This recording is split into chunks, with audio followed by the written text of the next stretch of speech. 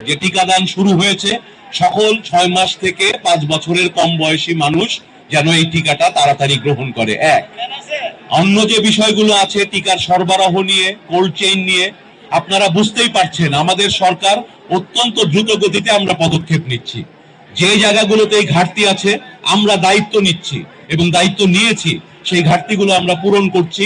কর্মসূচি শুরু হয়েছে, কর্মসূচি চলবে, কোনো রকম ঘাটতি আমরা রাখবো না। আমরা সর্বাত্মক চেষ্টা করে, বিশেষ আর বেশি প্রশ্নের দরকার নাই, মূল বক্তব্য হয়েছে আমরা দায়িত্ব নিয়ে কাজ শুরু করে দিয়েছি, কাজটা চলবে। ঘাটতি যেখানেই আছে আমাদের দায়িত্ব, আমরা সেটা পূরণ করব। আপনারা আমাদের সহযোগিতা করুন।